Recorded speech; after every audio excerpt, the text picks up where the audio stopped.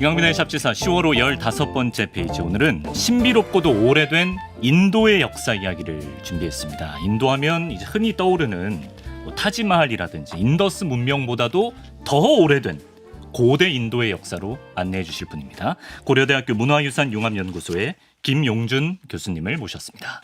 안녕하십니까? 안녕하세요. 반갑습니다.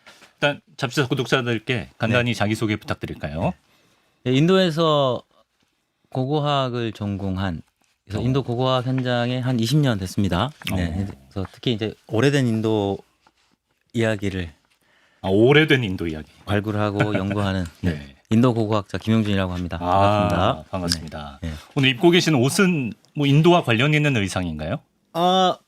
마침 뭐 좀 인도풍을 좀 연출하고 싶다라고 PD님이 연락이 오셔서 예. 가지고 계신 우리로 치면 뭐 개량 한복 같은 인도의 인도 개량 한복 느낌.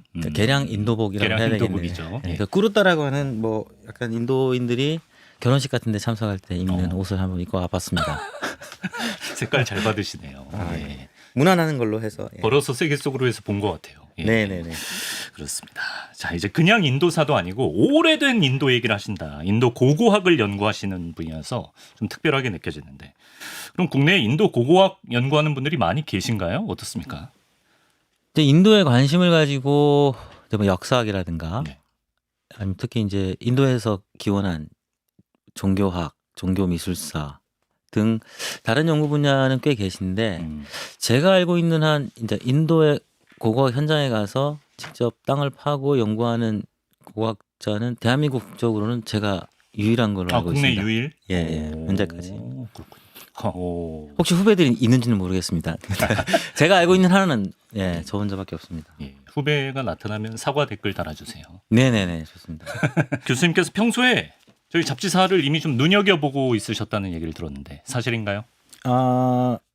일단 그 박광일 선생님의 한국 한국사. 고고학 이야기. 한국 고고학. 방구천 한각화라든가 그리고 뭐 주먹도끼. 가야 고고학 이야기들 재밌게 봤었고 좀 유성환 선생님의 이집트 신화편 유성환 선생님 알고 있는 분이라 특히 뭐니 해도 그 썬킴 선생님 방송은 많이 봤습니다. 좋아하세요? 그 왜 그러냐면 썬킴 선생님 방송 스타일이 약간 우리 인도 취향이거든요. 그렇습니까? 그 왜 인도의 유명한 그 볼리우드 영화가 예. 이야기가 쭉 전개되다가 네. 여담이지만 하면서 툭 튀어나가서 이렇게 노래와 춤이 갑자기 그 뜬금없이 대사 치다가 제가 평가하자면 썬킴 선생님의 역사 스토리텔링은 볼리우드 장르라고 생각합니다. 그쪽이구나. 그래서 인도인들에게 참 그래서 영어와 힌디어 자막을 열면 1억 뷰 가능하지 않을까? 썬킴 선생님 방송. 인구가 14억이니까 가능할 수도 있죠. 네네네. 그래서 특히 이제 썬킴 선생님께서 뭐 인도 설탕 이야기, 단추 이야기, 많이 보셨네. 달마대서와 소림사 옛날 등등. 것도 많이 그리고 최근에 보니까 또 인도 파키스탄 문제 맞습니다, 영국에 맞습니다. 그래서 뭐 특히 이제 썬킴 선생님의 인도 이야기 네네. 많이 봤습니다. 네. 그렇군요. 예. 저희도 3년 하면서 썬킴 선생님의 스토리텔링을 정의하지 못하고 있었는데 네, 발리우드 장르라고 스타일이다. 저희가 감히 전해드리겠습니다. 네네. 그 인도에도 세계 문화유산이 2025년 현재 36개가 있다고 들었는데요. 네네. 그 중에서 이제 오늘 소개해 주실 것은 가장 좀 이른 시기의 유산이다. 네네. 그래서 마침 이 방송 썬킴 선생님께서 아마 3대 불가사의 편? 예전에 했었죠. 타지마할. 거기에 타지마할이 있었죠. 네. 그 타지마할이 우리나라 역사로 치면 인조 임금, 그러니까 병자호란이 일어난 시기. 그렇구나. 그러니까 우리 세계문화유산으로 치면 뭐 조선 왕릉 혹은 뭐 남한산성. 근데 그것도 이제 예를 들면 최근에 방구천 한각화라든가 한국의 세계문화유산의 고인돌에 비하면 아주 나중 시기잖아요. 최근이죠. 타지마할도 사실 인도 문명사의 입장에서 보면 신세대 문화이거든요. 그렇습니까? 그러니까 인도 고고학, 인도 문명사에서 보면. 네. 그래서 오늘은 인도 옛날 이야기 첫 번째니까 아주 이른 인도의 최초의 사람들의 시대부터 인도의 최초로 문명이 발생하는 그 시기를 중점적으로 한번 이야기를 해볼까 합니다. 타지마할이 신세대라고 하실 정도로 더 오래전 이야기를 해주신다는 건데. 신세대죠. 이제 아직 성인이 되지 않은 한 18세 18세 타지마할이 17세기니까 17살이라고 하면 되겠습니다. 알겠습니다. 예. 네. 그러면 그 옛날 그 인더스 문명보다도 더 이전의 이야기인가요? 예, 거기서 또 짧게 이야기를 한번 시작해 좋습니다. 볼까 합니다. 예. 좋습니다. 교수님과 앞으로 3주에 걸쳐서 인도 고대사의 매력을 한번 알아보면 좋을 것 같은데 그 선사시대 인도를 살펴보면 이제 재밌는 게요. 선사시대 때도 그쪽 지역은 지금처럼 인구가 많았다고 들었습니다. 이게 사실인가요? 일단 지금 현재 인도가 전 세계 인구 1인 거는 알고 계시죠? 1위죠. 예, 1위 됐죠. 대략 14억 한 6천만 명 정도 된다고 합니다. 그리고 이제 보통 우리가 인도를 이야기할 때는 인도뿐만 아니라 이제 히말라야 바다로 둘러싸여 있는 이 넓은 지역을 인도 문화권이라고 하는데 현재 인도 문화권의 인구 얼마 안 되지만 뭐 파키스탄에 2억 5천, 파키스탄도 엄청 많죠. 예. 방글라데시 1억 7천 이렇게 합하면 한 20억 되는 거거든요. 그래서 지금 현재 세계 인구의 4분의 1이 그러네. 지금 인도 문화권에 살고 있다라고 할 수 있는데 네. 구석기 시대에도 인구가 굉장히 많았던 지역 중에 하나였습니다. 아, 그렇습니다. 근데 그 이유는 뭐 간략하게 말씀드리면 아프리카랑 이제 거의 위도대가 비슷하거든요. 인도가. 그러다 보니까 이제 아프리카를 떠난 현생 인류가 대체로 이제 익숙한 먹거리를 따라서 이렇게 이동했다라고 알려져 있거든요. 네.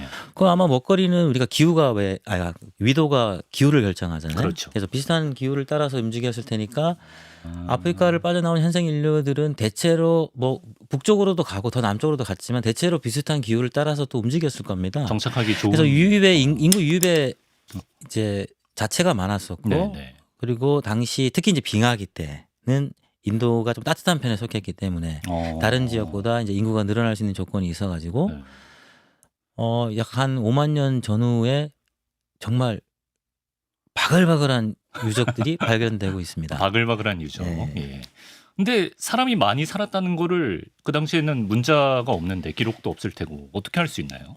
이제 당연히 이제 당시 통계청 자료가 없기 때문에 이제 고고하게 유적의 수로 이제 추정을 해봐야 되는데요. 한 5만 년에서 한 2만 년 사이 네. 이제 아주 발전된 사냥꾼들의 시대라고 생각하시면 되는데요.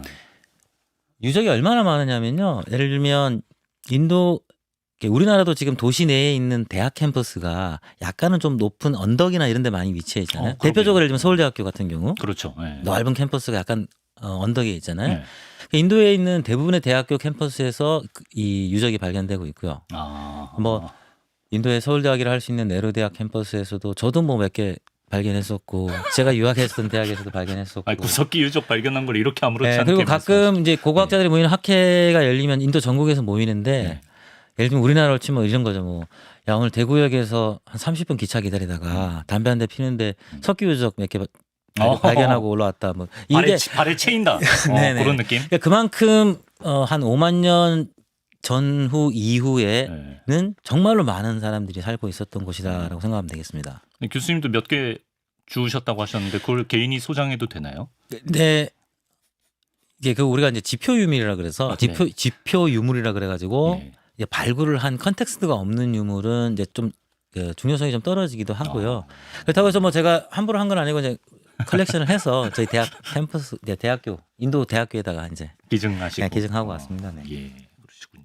그래서 뭐 예를 들면 뭐 제가 유학했던 대학교 고고학 그 유물 창고가 있거든요. 거기 아직 분석하지 않은 이 석기 유물만 해도 쌀가마에 한 20가마 정도에 막 한 10,000개 이상 이렇게. 그 정도예요. 예. 굉장히 흔합니다. 네. 그렇게 흔하기 때문에 그 당시에 사람이 많이 살았을 거라는 거를 추정하는 보여준다. 거죠. 네네. 전국적인 분포를 가지고 있습니다. 전국적으로. 또 이제 소개해 주실 대표적인 뭐 선사시대 유적이 있을까요? 지금 마침 최근에 방구천 안각화가 등재되면서 한국의 세계문화유산 중에서도 가장 시대가 올라가는 게 이제 방구천 안각화가 됐죠. 네. 그래서 인도에서도 36개의 그 세계문화유산이 있는데 가장 이제 최근 거는 이제 이건 아까 타지마할이 17살이라고 하면 요거는 이제 막 태어난 르꾸로부제라고 하는 현대건축가의 건물이 가장 최근의 것이고 가장 시기가 올라가는 게 지금 제가 좀 전에 말씀드렸던 몇만 년 전 우리 방구천 안각화보다도 시대는 좀 더 올라가는 그래요. 구석기 시대의 바위 미술 유적이 어. 인도에도 수천 개가 있습니다. 그래서 잘 고고학자들도 잘 모르시는 분들이 많은데 인도는 남아프리카 그리고 호주와 더불어서 세계 3대 이 선사미술 유적 분포지로 통하거든요. 그렇군요. 근데 이제 세계문화유산은 거긴 3천 개를 다 등재할 수 없으니까 네. 인도에서 고고학자들이 고심해서 인도 국가대표를 뽑아서 세계유산에 등재했는데 국가대표 바위 미술. 예, 그 대표 유적이 이제 빈베티카라는 유적이 있습니다. 아, 빈베티카. 그래서 유적의 공식 이름은 빈베트카 네. 바위 은신처라는 이름으로 세계문화유산에 등재됐습니다. 아, 바위 은신처. 좀 용어가 사람이 숨었나요 거기? 그러니까 이제 용어가 좀 생소할 텐데 예. 이 구석기 시대 바위 미술은 네. 크게 장소적인 측면에서 세 가지로 나뉩니다. 예. 하나는 그 유럽에 많은 동굴, 아, 동굴벽화. 동굴에 있는 네. 벽, 네. 그리고 이제 예를 들면 우리 방구천 안각화나 천전인 안각 같은 경우는 영어로는 아웃도어, 아, 외부에서. 외부에 있는 돌 표면에 있다 이런 거죠. 그리고 이제 이 동굴과 이런 아웃도어의 중간 단계가 동굴은 아닌데 이렇게 바위의 그 형성관이 독특해서 일종의 이렇게 은신할 수 있는 그늘이 지는. 아, 적당히 뭔가 좀 숨어 있을 것 같은 느낌이. 네네네. 그래서 혹시 뭐 사진이 있으면 같이 보면 빈베트카 유적이요. 예. 네, 요게 이제 빈베티카 유적 아마 안내판인 것 같고요. 이제 요런 걸 말합니다. 아, 지금 마침 저기 가이드 하시는 분이 이제 위에 하얗게 이제 그려진 그림을 네. 이제 설명하고 계신데 저렇게 그늘이 생기는 것을 락 쉘터, 우리말로는 이제 바위 은신처. 어떤 경우는 바위 그늘이라고도 이제 번역해서 쓰고 있습니다. 저기 쭈그려 앉아서 모닥불 피우면 좋을 것 같아요. 네. 왠지. 그래서 이제 이 인도 국가대표로 선정돼서 세계문화유산에 지정된 빈베티카 유적은 네. 약 한 750개 정도의 저런 바위 은신처가 이제 있고 특히 아주 오래된 구석기 시대부터 이제 역사적으로 이렇게 시대가 흘러가면서 다양한 그림들이 있기 때문에 특히 역사적 가치 때문에 이제 세계유산에 등재가 됐습니다. 예. 반구천의 뭔가 상징은 고래잖아요. 그렇죠. 예. 빈베트카도 그런 뭐 대표적인 그림이 있습니까? 그래서 인도의 국가대표 선사미술 유적인 빈베티카의 또 국가대표 이미지라고 하면 네. 이제 방구천 안각화가 고래면 여기는 큰 야생 멧돼지가 있는데요. 아, 멧돼지. 네네네. 저기 멧돼지인가요? 네, 그래서 멧돼지구나. 이게 우리 한국에 있는 멧돼지랑 다르게 인도 멧돼지는 크기가 거의 소만 이게 소 아니. 에이, 무슨 멧돼지가 소만. 정말 큽니다. 정말. 그래서 인도인들은 송아지만 하겠지. 이 멧돼지를 예. 맹수의 일종으로 잡습니다. 그래서 인도 신화에는 네. 호랑이급, 사자급으로 등장하는 게 제 야생 멧돼지거든요. 상당히 큽니다. 상당히 큽니다. 외형도 우리나라 멧돼지랑 비슷한. 굉장히 큽니다. 어. 근데 이제 저 멧돼지 그림이 재밌는 게 그래서 방송을 보시는 분들 혹은 들으시는 분들이 들으신 분은 당연히 안 보이겠네요. 띄워드렸습니다. 예. 그 앞에 보면 멧돼지를 피해서 달아나는 사람이 보입니다. 아주 작게. 저기 제가 보는 쪽에서 왼쪽이에요? 예. 왼쪽에? 그러니까 멧돼지 얼굴 앞쪽으로 달아나는 사람이 보이고 그 앞에는 지금 저기 사진이라서 현장에서는 잘 보이는데 사진이라 잘 안 보이는데 니들이 개맛을 하라 할 때 그 개 있죠, 개. 아, 꽃게 할 때 개. 예, 옆으로 걷는. 개가 있어요? 예. 뜬금없이? 예. 그래서 왜 저기 달아나는 사람 앞에 개가 있을까요? 뭐죠? 이거 멍멍 개가 아니라 반려견이 아니라 개가 있대요, 개. 예. 네네. 왜 있나요? 그래서 그 우리 방구천 안각화도 특히 이제 그 고래 그림을 왜 그랬냐를 했을 때 교육용 목적이 있지 않았을까? 그런 얘기도 있죠. 예, 고래 사냥의 어떤 이런 기술을 전수하기 지침서. 위한 근데 그런 거 비슷하게 멧돼지로부터 이렇게 네가 멧돼지를 만나면 36개 주랭랑이 최고의 전략이고 근데 이제 실제로 인도에 제가 답사를 하면서 이 나이 드신 분들을 만나서 인터뷰를 해보니까 실제로 멧돼지를 만나면 직선으로 달리면 위험하다고 합니다. 그래서 지그재그로 방향을 바꾸면서 달려야 안전하다고 하거든요. 그래서 개가 앞에 그려진 게 저희가 추정하기에 멧돼지를 피해 달아날 때는 개처럼 옆으로 방향을 바꿔가면서 달아나라라고 하는 교육적인 목적이 있지 않을까 생각하시는 분들이 많습니다. 개의 보법으로 네네네. 목숨을 구할 수 있다를 네. 교육용으로. 네, 그래서 뭐 어쨌든 간에 그 방구천의 안각화의 아이콘이 고래라고 하면 네. 인도 그 선사미술 아이콘은 저 멧돼지가 야생 되겠습니다. 멧돼지. 예. 어. 그리고 실제로 이 멧돼지는 인도에서 바라라고 네. 일종의 소처럼 신성화되는 신격한. 신화에 많이 등장하는 그래요. 특히 이제 홍수에서 우리 지구를 구한 그런 예. 신입니까? 신화를 가지고 있는 예. 그만큼 덩치도 크고 음. 그래서 무섭습니다. 네. 알겠습니다. 네. 멧돼지를 만나면 지그재그로 피해야 돼요. 예. 그래서 이제 네. 이 빈베티카 유적은 그 안타깝게도 한국 관광객들이 많이 찾지는 않으시는 것 같아요. 그래서 좀 이제 방송을 통해서 좀 소개를 드리면 일단 어디에 있나? 북부에 있나요? 뭐 남부에 있나요? 어느 쪽에 있나요? 델리에서는 차량으로 가기는 좀 멀고 아. 이제 국내선 비행기를 타고 가면 그 옆에 있는 한 1시간 반 정도의 거리에 있는 네. 보파리라고 하는 그 한 마디아 프라데시 주도에 있는데 네. 마침 그 옆에 산치 불교 유적이라는 세계에서 가장 오래된 불교 유적 중에 왜냐면 인도가 이제 불교 발상지니까 당연히 불교 유적 그렇죠, 대부분 그렇죠. 오래됐겠죠. 예. 굉장히 유명한 이제 세계문화유산 유적이 있어요. 거기서 멀지 않은 곳이고 네. 뭐 또 하나 이 지역 답사의 매력을 소개해드리면 네. 이 유적이 이제 세계유산에 등재될 때 그 이 지역에 여전히 살아있는 사냥 채집 부족 전통도 굉장히 높은 평가를 받아서 등재가 됐거든요. 아직도 사냥을 해요? 그럼요. 그래요? 예. 인도에는 아직도 사냥 채집 부족이 있습니다. 아, 네. 뭐 언제 기회가 되면 소개하겠지만 인도에는 우주를 탐사하는 과학자부터 선사시대 전통 부족까지 함께 살아가고 있는 지역이라고 할 수 있는데요. 예. 저 지역이 특히 이제 많고 그 아까 말씀드린 바위 그림에 있는 대부분의 야생 동물이 현재도 거기 지역에 대부분 있거든요. 네. 그러니까 현재 그분들이 사냥을 한다는 얘기죠. 그래서 인도 하면은 대체로 소고기도 안 먹고 그렇죠. 그리고 예. 무슬림의 인구도 꽤 많아 돼지고기도 잘 안 먹고 예. 그리고 대체로 불교랑 자이나교 등의 영향 때문에 채식주의자가 많거든요. 네. 근데 이 지역에 가면 야생 멧돼지, 야생 토끼, 카레 요리를 맛볼 수 있는 것도 이제 여행의 묘미가 아닐까 생각됩니다. 아, 멧돼지 카레, 예, 토끼 카레. 네네 그렇습니다. 정말 생각도 해본 적 없는 메뉴인데 네네. 또 들으니까 끌리네요. 예. 네. 자, 좋습니다. 빈베티카 이제 바위 그림이 있는 유적에 대해서 소개해 주셨고요. 교수님 이건 뭡니까? 고고학 유적 중에 수천 년 된 똥산이 있다. 네네. 똥 진짜 그 변산인가요? 네, 그래서 특히 이제 약 한 10,000년 전이 되면 네. 전 지구적인 현상인데 기후가 변하면서 이제 사냥 채집에서 이제 보통 우리가 목축과 농업을 이제 위주로 하는 사회로 전환되던 시기인데 네.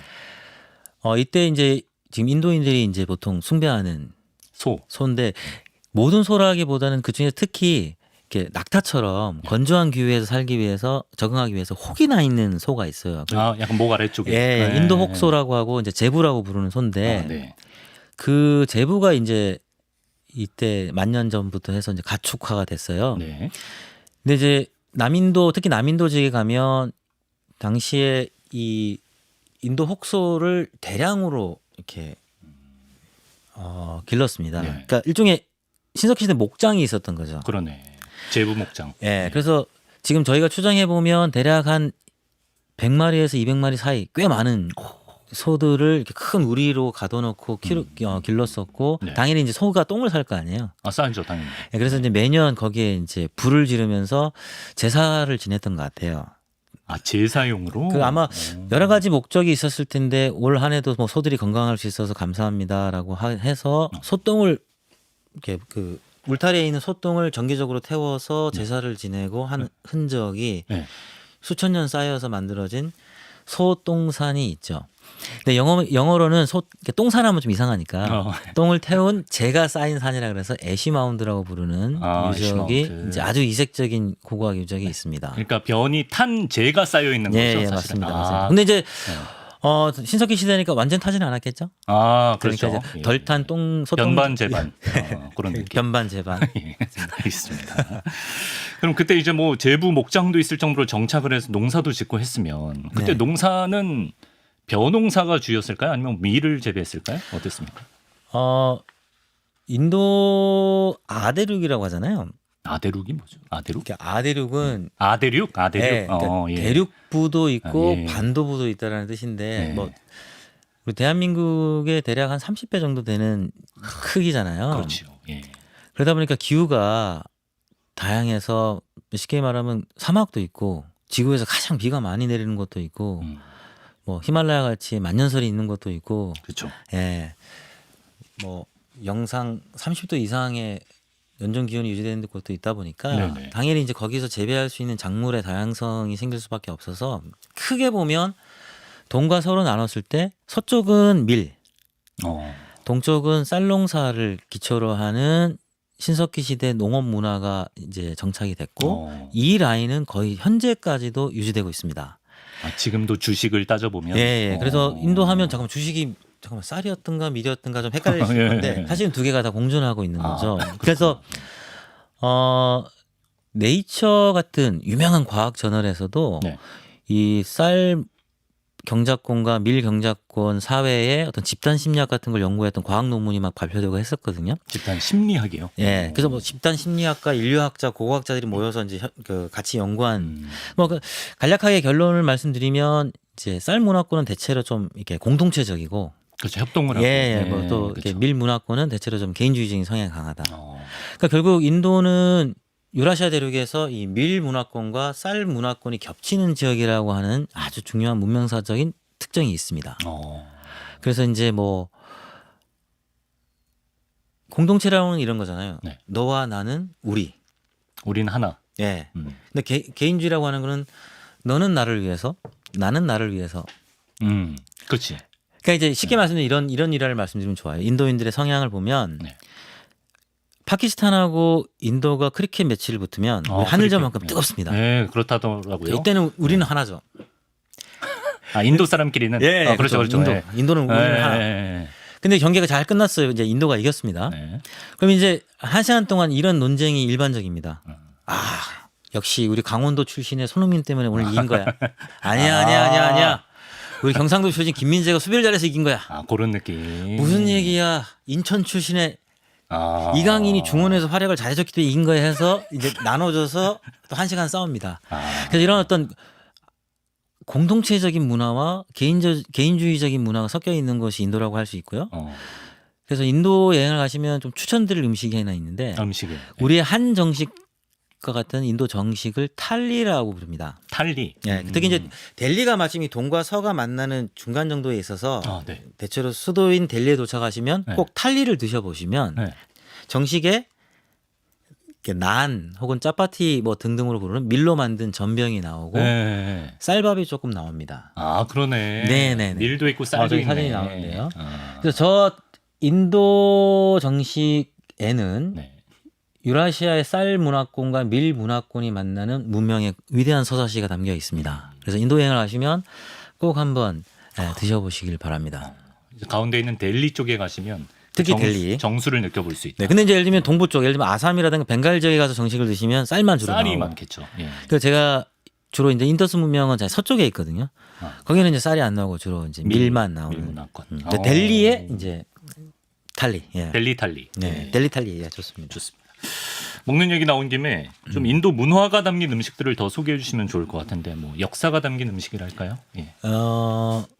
그래서 뭐 이제 한국인의 입맛에 맞는 기준 말고 그 어떤 역사 여행의 뭐 동반자로서 꼭 드셔보셨으면 하는 음식 한 3가지 정도. 그러니까 대체로 한국 입맛에 그렇게 어렵지 않은 음식 좋습니다. 중에서 좋습니다. 예.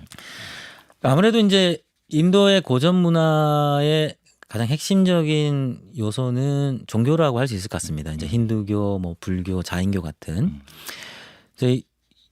이 종교는 특히 이제 불살생. 살생하지 마라. 그러니까 쉽게 말씀드리면 저 비건주의자들이 많죠. 네.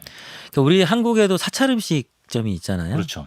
인도의 대표적인 사찰 음식이라고 하면 자인교가 특히 이 불살생이 아주 철저한 종교거든요. 자인교. 예. 그래서 인도에 가시면 JAIN 자인이라는 앞에 단어가 있고 뒤에는 주로 퓨어 베지타리안 푸드라는 그래서 자인교 채식주의 식당이 인도 전국에 있습니다. 아, 그래요. 뭐 당연히 인도 델리에도 있고. 그래서 인도 채식 식당 하면 거의 대표격이라 할 수 있을 정도로 흔하기도 한데 네.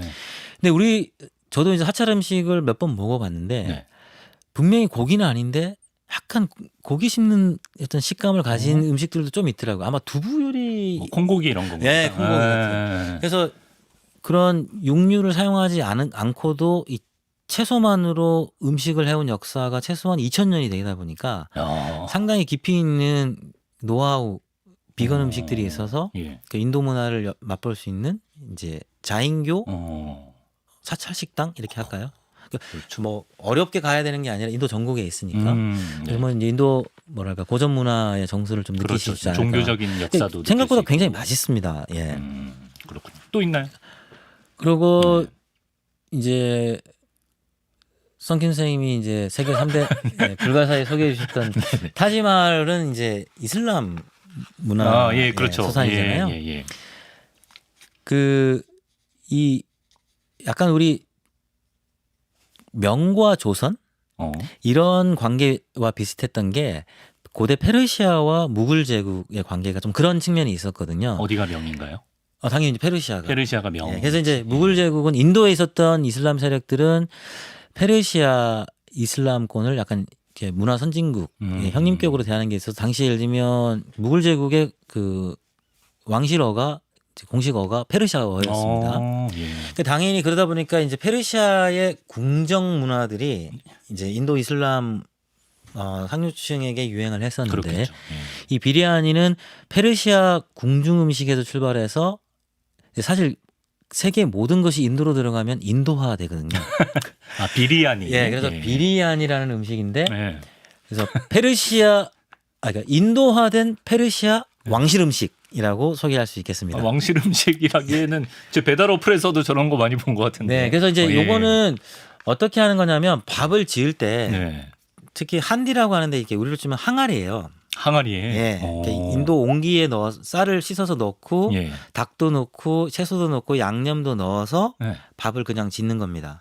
그 우리 대나무에 이제 밥을 지어서 나오기도 하잖아요. 대나무 그것처럼 통밥. 이제 예. 항아리에 넣어서 밥을 해서 특히 이제 항아리 안에 통째로 나오는 게 이제 오리지널이거든요. 예. 근데 이 음식은 이제 그런 역사가 있는데 어떤 측면에서 이제 인도의 뭐 삶이 담겨 있냐면 우리나라 예전에 운동회 같은 거 할 때 필수 음식이 김밥이죠.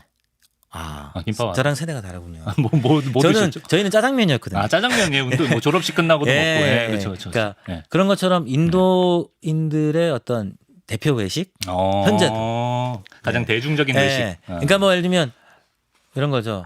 내가 비리아니 한 개 살게. 짜장면 한 개 살게. 뭐 이런 느낌 비슷하게. 요즘 짜장면이 워낙 대중화돼서. 예. 전 뭐 무조건 맛있을 것 같습니다. 한국인들의 입맛에도 잘 맞고. 그래서 뭐라고 할까? 들어가기만 하면 인도화되는 어떤 음식의 상징으로서 비리아니 추천합니다. 네, 비리아니까지 음식을 추천해 주셨고요. 다시 좀 돌아오겠습니다. 예, 앞서 이제 인도 문명 이해할 때 밀 문화권과 쌀 문화권이 좀 혼재되어 있는 그런 게 굉장히 중요한 맥락이라고 하셨는데 어쨌든 그렇게 농사 지으면서 사람들이 모여 살기 시작하고 이제 그러면 또 도시가 만들어질 테고 그러면서 결국에는 인더스 문명이 탄생한다. 이렇게 봐야 될까요, 교수님? 정확하게 보셨습니다. 혹시 고고학 전공해 보실 생각이? 제가 어떻게 감히? 네네. 그래서 이제 네. 지금 바위 그림을 남겼던 선사시대 그리고 최초로 소와 밀과 쌀을 기르던 농목축 시대를 지나서 네. 이제 최초의 도시가 성장한 시대로 오는데요. 이게 고고학 문명학적으로는 청동기 시대에 해당하고요.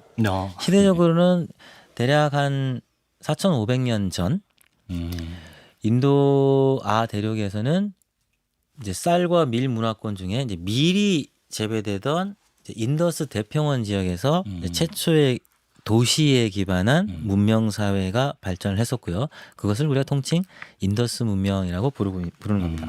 네, 지도상으로 이제 서쪽 지역인 거죠. 예. 서북쪽. 예, 그렇죠. 왜냐하면 서쪽 하면 저 밑에까지 이렇게 갈 수가 있으니까. 워낙 크니까. 서남, 서북 이렇게 나눠야 되니까. 서북쪽. 예. 네. 그런데 말이죠. 인더스 고고학자들이 사라진 전설의 도시를 탐험하는 고고학자들을 부러워한다는 얘기가 있는데 이건 무슨 말이죠? 네. 이게 예를 들면 고조선은 삼국유사 같은데 후세의 기록이 남아 있잖아요. 그렇죠. 그리고 예를 들면 조선 왕조 같은 경우는 이제 고조선을 기억하고 나라 이름을 조선이라 짓기도 했고, 그리고 중국 같은 경우도 뭐 하은주 같은 경우도 후대의 기록으로 남아 있고, 예. 이집트 메소포타미아 같은 경우도 특히 이제 구약 같은데 이제 언급이 돼 있죠. 그렇죠. 근데 이 인더스 문명 시대는 구전되는 전설도 없고 이런 문헌 기록이 아예 없는 시대라. 인더스 문명이요? 예. 그래요? 예. 오. 그러니까 우리 고조선, 하은주, 네. 뭐 고대 이집트 메소포타미아는 완전히 다른. 그러니까 진짜 말 그대로 영어에 포같은 시빌리제이션, 잊혀졌었던 이제 문명이었죠. 그래요. 그러다 보니까 이제 아무래도 그래도 이게 뭔가 전설도 좀 있고 이래야 고고학자들이 예를 들면 이런 방송 출연했을 때 이게 이런 전설이 있었는데 이런 우여곡절 끝에 이렇게 발견됐다 이런 게 좀 있잖아요. 그렇죠. 근데 그런 것보다 뭐 좀 이따 소개해드리겠지만 약간은 뭐 현대사의 맥락에서 이 문명의 발견의 이야기를 얘기해야 되는. 그래서 좀 전설 속에서 이렇게 발견되는 것보다 좀 로맨틱한 게 없어서 좀 부러워하는 게 있는 것 같아요. 예. 현대에 들어와서 그럼 인더스 문명의 존재가 알려진 건가요? 예, 지금으로부터 네. 딱 101년 전. 작년이 100년? 100주년 기념이었어요. 예. 그 101년밖에 안 됐어? 네네네. 그 전까지는 전설이나 기록 같은 게 일절 없다가 네. 101년 전에 어떻게 발견이 됐나요, 그러면? 현 지장님 혹시 검은도 사건 그냥 들어는 보셨죠? 예, 국사 시간에 검은도 사건. 네네. 영국이 온 거 아닌가요? 예, 그게 이제 1885년경, 네. 그러니까 19세기 후반인데요. 네. 그 국사책에 이렇게 나와 있습니다. 영국이 러시아의 남하를 견제하기 위해서. 네. 그런 것 같아요. 그래서 이제 사실 전 세계에서 영국이 러시아의 남하를 견제하기 위해서 고군분투했었거든요. 그러니까 오늘날의 세계 정세가 미국과 중국의 패권 전쟁의 시대라고 하면 당시는 이제 영국과 러시아의 남하가 핵심이었는데 네. 원래 영국은 이제 동인도 회사가 그 아편도 잘 자라고 하는 동부 지역에 이렇게 거점을 잡고 네. 나머지 지역에는 그냥 자치권을 주면서 크게 신경을 쓰지 않고 있었는데 러시아의 남하 때문에 신경이 쓰여가지고 이제 특히 오늘날의 파키스탄, 아프가니스탄, 심지어 조금 위에 있는 중앙아시아 지역 그리고 이쪽 중국과 접경하고 있는 티베트 지역 이쪽으로 이제 올라가거든요. 러시아의 남하 때문에. 예.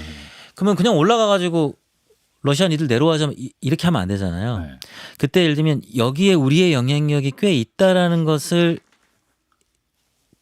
전 세계에 일종의 보여주는 측면이 고고학 조사, 환경 조사 이런 보고서가 있을 때 우리가 여기에 대한 일종의 뭐라고 할까 찜을 우리가 먼저 했다 이런 게 있었거든요. 그래서 당시에 인도에서 활약했던 대부분의 영국인 고고학자들은 군인들이었고요. 그래서 일단 대부분은 이러한 목적에서 조사하고 탐험했던 분들이 많았습니다. 네. 그러면서 인더스 문명이 세계에 알려지게 됐다. 네, 그래서 이제 그 당시에 이제 오늘날의 파키스탄, 아프가니스탄 그리고 뭐 중앙아시아 이쪽에 조사는 나가는데 네. 지금도 그렇지만 예를 들면 국가 전략 산업 네. 그리고 국방비, 네. 교육 그다음에 사회 복지 이런 게 훨씬 국가에 돈이 많이 들어가잖아요. 좀 우선 예산. 예, 그리고 아무래도 신경을 쓰긴 하지만 우리나라 같은 경우도 뭐 국가유산청에 많은 예산이 이제 지원될 수 없는 것처럼 당시에도 영국이 고고학자들한테 돈을 많이 줄 수는 없었거든요. 네네네. 그러다 보니까 이제 당시 이제 고고학자들이 군대에서 나오는 월급 정도 가지고는 여러 가지 경비가 좀 마련이 어려우니까 그곳에서 많이 나오는 이제 소위 말하는 이제 유물들을 이게 유럽에 있는 수집가들 박물관에 팔았죠. 그 대표적인 게 특히 인더스 문명이 나중에 알려지게 된 그 지역에서 많이 나왔던 게 그리스인의 얼굴을 닮은 간다라 불상들이 거기서 많이 나왔거든요. 그거 팔아가지고 예산도 마련하고 하면서. 그래요. 네. 예. 그리고 예를 들면 더 위에 이제 지금은 실크로드로 알려져 있는 그 지역에서도 조사를 했었고 거기서도 막 유물 약탈해왔죠. 그럼 지금도 뿔뿔이 흩어져 있겠네요. 그 전 세계로 흩어져 있고 심지어 우리 국립박물관에도 간다라 불상이 수상되어 있습니다. 이제 일본인이 거쳐. 가지고 있다가 이제 여기 남겨진 건데 뭐 여담이지만 그 당시에 당시 영국 소속이었던 영국 군인 고고학자들이 지금의 이제 중국 영토 내에서도 많이 이제 약탈을 해왔었거든요. 네네. 그게 이제 영국이 떠나면서 남겨놨어요. 그래서 인도 국립박물관에는 이게 메이드 인 차이나 국보급 예. 유물들도 많거든요. 그래가지고 특히 대표적인 분이 오렐 스타인이라는 엄청 유명한 탐험가 겸 고고학자가 있습니다. 네. 그 이분의 컬렉션이 델리 국립박물관 한 켠에 쫙 있거든요. 네. 근데 중국 정부가 자꾸 얘기해요. 돌려달라고. 그러겠지. 예. 근데 그럴 때마다 인도는 우리가 가져온 거 아닌데. 왜냐면 면목상으로는 영국인이 갖다 놓은 그러니까 건데. 영국한테 따지라고. 그렇지, 그렇지. 네. 그리고 사실 정확하게 그분은 또 헝가리 소속이기도 했었어요. 출신이. 근데 영국 어쨌든 정부에 고용돼서 일을 했었으니까 영국한테 따지라고. 다 책임전가. 네. 그래서 제가 마침 그 인도 국립박물관에 이제 대학교 때 같이 유학했던 친구들이 거기 이제 학예사를 일하고 하는데 네. 어느 날 가보니까 문을 닫는다는 거예요. 왜요? 야, 내가 좀 봐야 되는데 이러니까 오늘 중국 문화재청에서 나왔어요. 그래서 수리 목적으로 이렇게 오늘 문 닫는다고 3일 동안 보여주면 안 되니까. 네. 예. 뭐 그런 에피소드도 있습니다. 아 그렇군요. 네.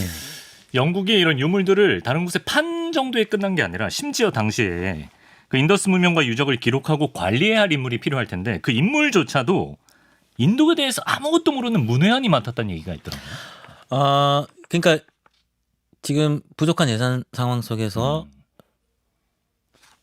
유물을 팔면서 특히 이제 인더스 대평원 지역이 꼼꼼하게 조사되고 있었거든요. 네. 근데 당시에 이제 이 인도에서 경험이 많았던 고고학자들, 뭐 역사학자들의 좀 편견이 뭐였냐면 인도에는 고대 문명이 있을 리가 없다라는 우리가 오리엔탈리즘이라 그러죠. 그런 편견이 심했어요. 네. 그러다 보니까 실제로 그 유적은 이렇게 드러나 있었거든요. 그래요? 드러나 네. 있었어요. 예. 근데 이제 역사 기록도 없고 전설이 없어서 정확하게 뭔지 모르고 있었고 그리고 아까 말했지만 그 러시아의 남하 때문에 사사히 조사하는 과정에서 고고학자들이 실제로 방문도 했었어요. 네. 근데 이제 어떤 사건이 있었냐면 1857년 우리 3.1운동에 비견되는 그래서 지금은 이제 1차 인도 독립전쟁이라고 부르는데 기존에는 세포항쟁으로 알려져 있는. 세포항쟁. 얼마 전에 썬킴 씨한테 배웠죠. 맞습니다. 예. 그래서 우리나라도 3.1운동 이후에 외교적 압력 때문에 소위 이제 일본이 무단 통치해서 네.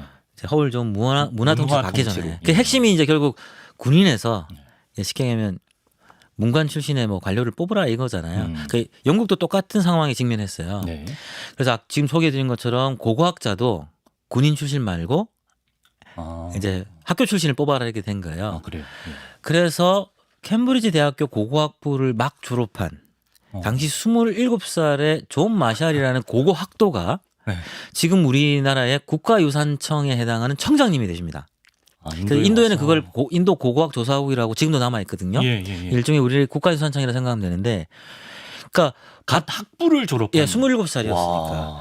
그리고 이 존 마샬은 그 우리 에게 문명, 뭐 미누아 문명이라고 하는 지중해 문명 거기서 이제 고고학을 공부했던. 그래서 인도에 대해서 전혀 몰랐던 고고학도예요. 예, 그래도 되나? 예. 네.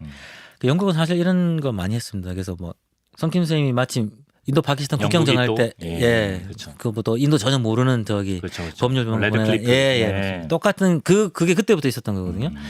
근데 이제 아이러니하게도 인도에 대해서 전혀 몰랐기 때문에 그 유적을 갔을 때 잠깐만 이거는 좀 봐봐야 되겠는데 그 27살 청년이 인도에서 몇 년 일을 하면서 그 유적을 유심히 봤었고 그래서 그 존 마샬이라는 인도에서 전혀 몰랐던 고고학자에 의해서 기존에 한 2000년밖에 안 됐을까라고 추정되던 모헨조다로 하라파 유적이 발굴 조사되면서 1924년도 10월자 일러스트레이트 런던 뉴스라고 하는 주간지인데요. 뭐 지금의 뉴욕 타임즈 뭐에 해당하는 거기 특집 기사가 나가면서 101년 전 인더스 문명이 고대 세계에 문명이라는 게 알려지게 된 겁니다. 그러니까 오히려 학계의 그 오랜 그 굳어져버린 선입견으로부터 자유로운 청년이었기 때문에 네, 그래서 이제 객관적으로 볼 수 있었다. 어쨌든 지금 인도 고고학을 20년 전공한 저보다는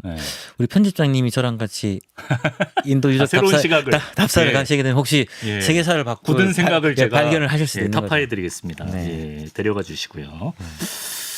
그리고 이제 그 인더스 문명의 발견으로 인해서 명문대학교죠. 영국의 캠브리지 대학과 옥스퍼드 대학은 흑역사를 남겼다. 이건 또 뭡니까? 네.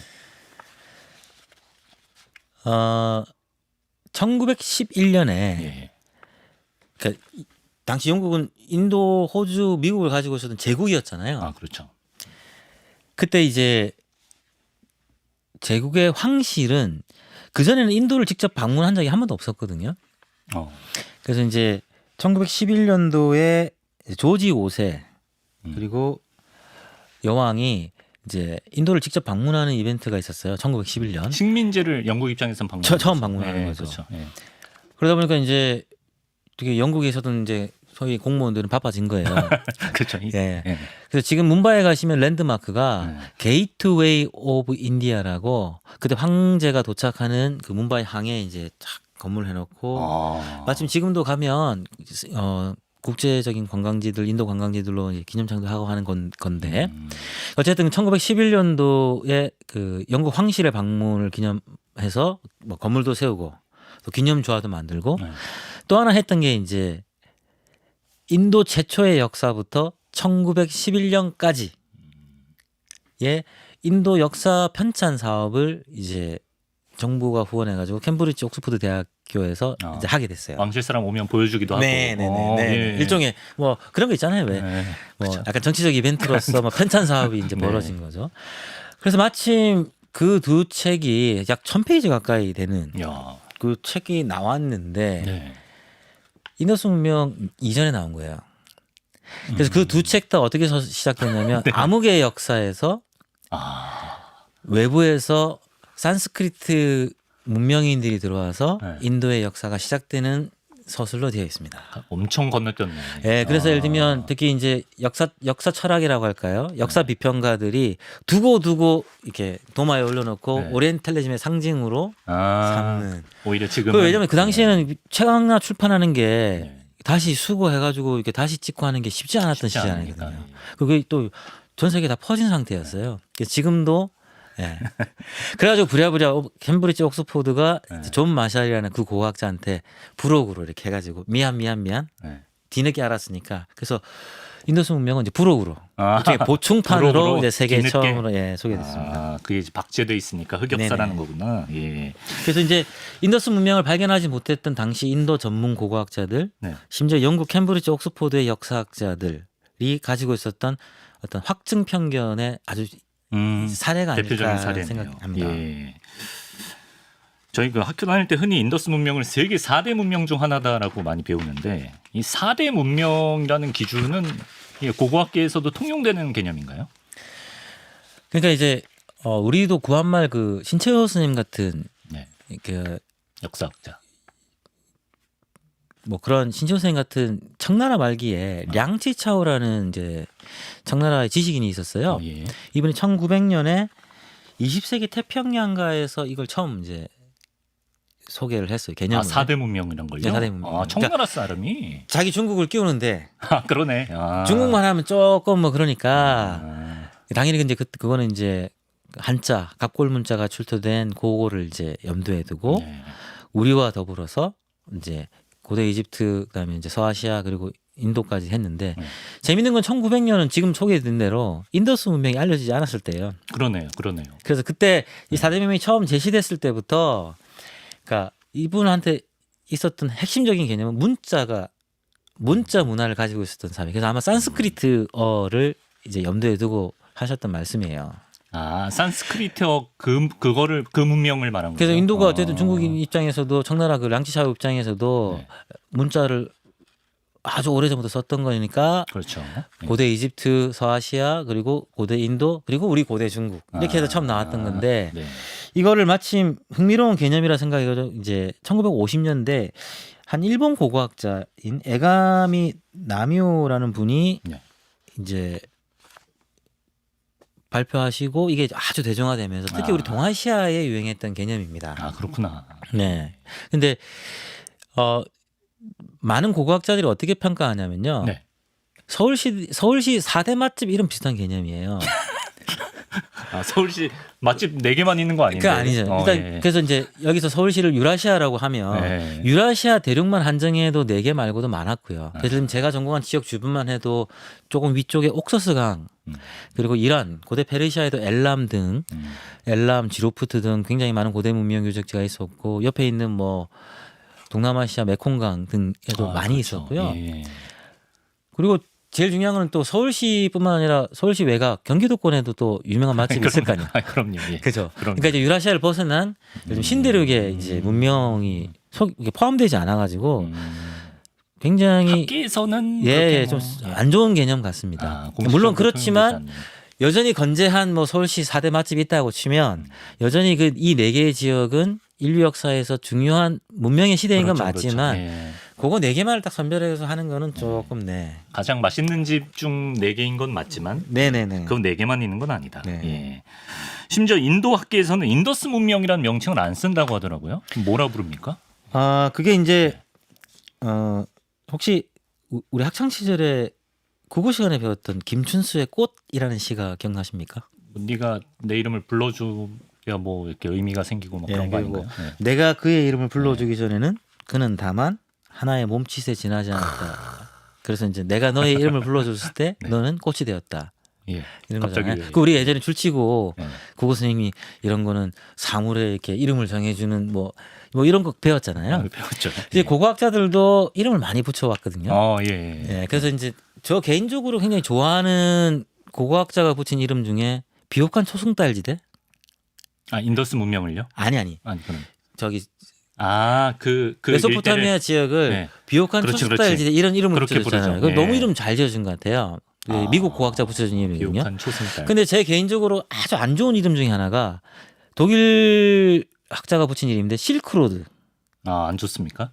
이게 실크가 왜 중국을 염두에 둔 거잖아요. 그 독일 학자가 중국 전공자였거든요. 그래서 사실 정확하게는 이게 유라시아 교육 네트워크거든요. 네, 그렇죠. 근데 그 실크로드 이렇게 해버리니까 네. 너무 중국하고 유럽으로 통하는 길만 강조되는 이런 안 좋은 축소시켜 버리는. 안 좋은 꽃 이름을 붙여준 거죠.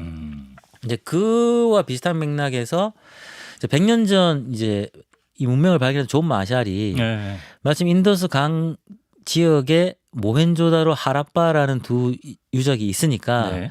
인더스 문명이라는 문헌 기록에도 없는 전혀 당시 사람들이 어떻게 부르는지 몰랐던 시대에 대해서 그렇죠. 인더스 문명이라는 이름을 붙여준 거예요. 네. 근데 지금 말씀드린 것처럼 101년이 지났잖아요. 그렇죠. 그리고 마침 100년이 흘러가기 전 우리 대한민국의 고고학자 저와 네. 우리 한국의 최고 그 생명과학 전문가들도 이제 참여해서 예. 100년간의 많은 연구가 있었거든요. 예. 그래서 이제 가장 큰 이제 100년 전에 알게 된 것과 지금 가장 큰 변화는 이렇게 비유해드리면 네.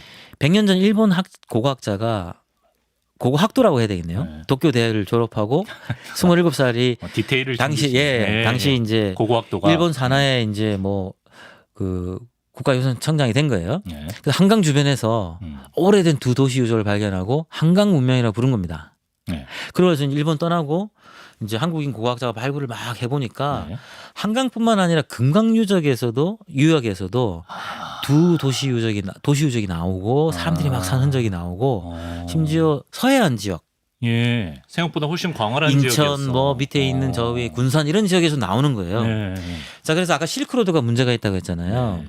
그런 것처럼 인더스 문명이 잠깐만 한강 문명이라고 계속 부르면 안 되는 것처럼 네. 인더스 말고 그 밑에 가그라 하끄라강 인도 서부 지역 광범위하게 있었던 것이라서 예. 이거 아무래도 이름 이상하다. 학계에서 그러네. 오랫동안 논의해왔고 이런 그래서 지금 저희 학계에서는 뭐라 그러나요? 하라빠 문명이라는 단어를 씁니다. 하라빠? 예, 이게 좀 이상하시죠? 이게 자 아까 같이 섣부르게 이름을 불렀다가 좀 오해를 살 수 있으니까 그렇죠. 고고학자들이 가장 많이 채택하는 방식이 특정한 문명권 혹은 문화권에 가장 처음 발견된 유적 이름. 처음 발견된 유적 이름이 하라빠예요? 예, 하라빠 유적이었거든요. 그 존 마샬이 처음 발굴한 유적이 하라빠였습니다. 그래서 하라빠 문명으로 하자라고 합의가 됐고 네. 이게 이제 심지어 인도 국사 교과서에 이제 반영이 됐습니다. 인도 사람들은 그렇게 배우는. 그래서 혹시 우리 한국 세계사 교과서에도 여전히 인더스 문명이라는 명칭이 쓰여지고 있으면 네. 하라파 문명이라는 명칭으로 바꾸는 게 바람직한 것 같습니다. 그렇군요. 예. 시간 가는 줄 모르고 오늘 선사시대 인도의 역사부터 또 인더스 문명의 발견까지의 과정, 인도 역사의 첫 페이지를 함께 살펴봤는데요. 다음 시간은 이제 말씀하신 하라파 문명이라고 불리는 또 신비로운 도시 이야기 조금 더 깊이 들어가 보도록 하겠습니다. 오늘 김용준 교수님과 함께했습니다. 말씀 고맙습니다.